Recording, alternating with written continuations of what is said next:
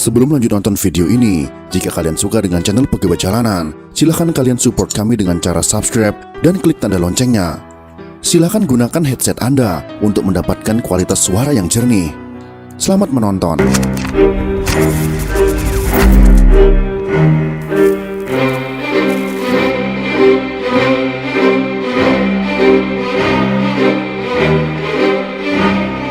Pasca tahun 1965, perburuan terhadap anggota atau simpatisan PKI terjadi di mana-mana.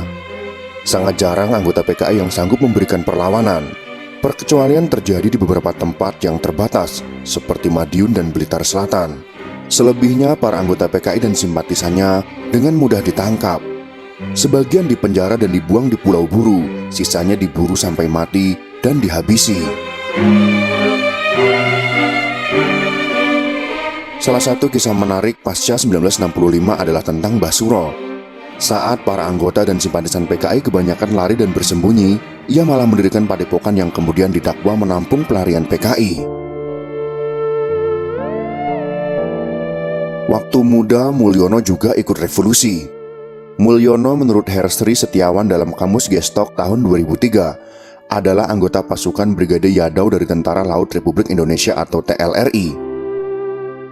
Menurut ramalan, dalam buku Mbah Suro Nginggil, kisah hancurnya petualangan dukun Klenik Mbah Suro tahun 1967. Pemuda lulusan sekolah rakyat ini berpangkat sersan di masa revolusi.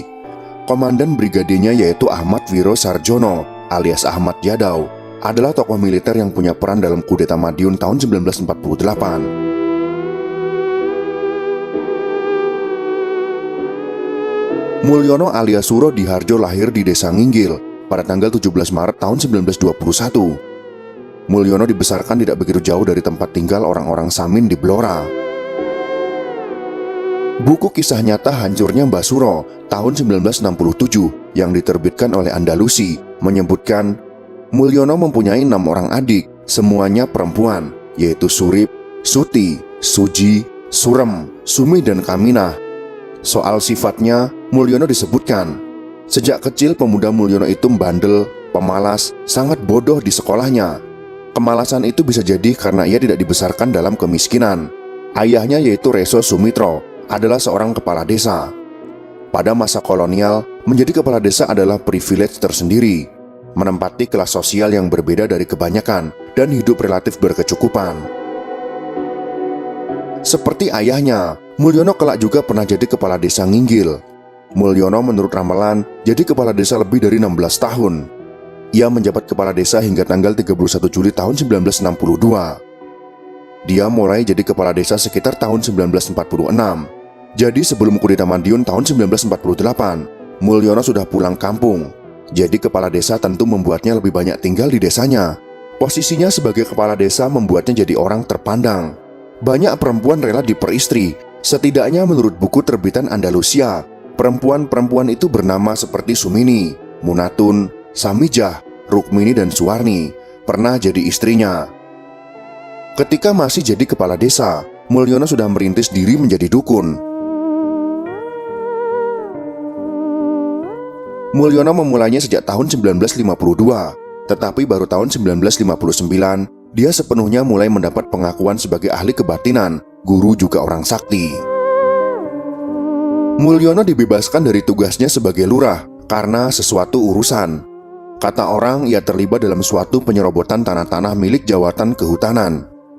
Setelah lengser pada tahun 1962, dia sepenuhnya menjadi dukun dan panggilannya adalah menjadi Mbah Suro.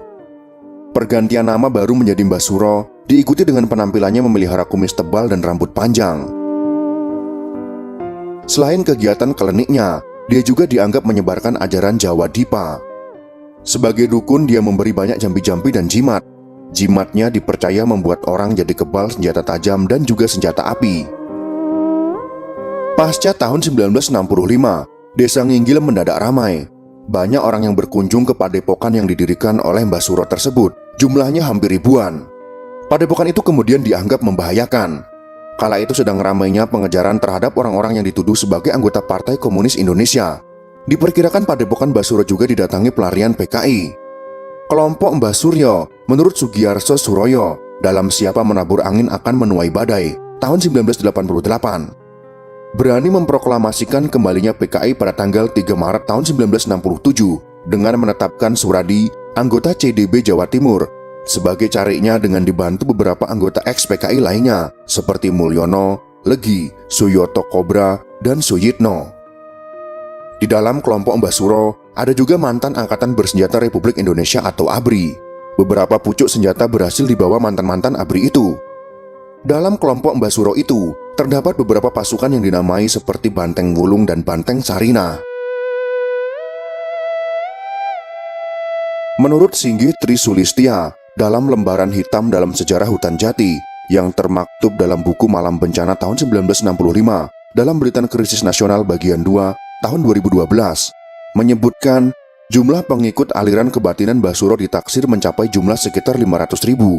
Jumlah yang agak ganjil karena sebuah desa rasa-rasanya sulit menampung orang-orang yang jumlahnya ratusan ribu itu. Menurut Hestri, pasukan Banteng Wulung jumlahnya 200 orang, sedangkan pasukan perempuan jumlahnya hanya 30 orang. Tak menutup kemungkinan jumlahnya lebih, namun hanya ukuran ratusan orang. Menurut Solemanto dan kawan-kawan, dalam Faisal Tanjung, terbaik untuk rakyat terbaik bagi ABRI tahun 1999, orang-orang yang tidak sealiran atau dianggap musuh tanpa ampun dibunuh oleh pasukan-pasukan ini.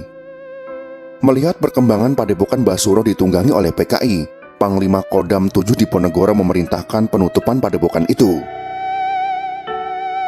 Pangdam terpaksa memerintahkan agar penutupan dilakukan dengan jalan kekerasan, karena segala upaya jalan damai yang ditempuh telah menemui jalan buntu.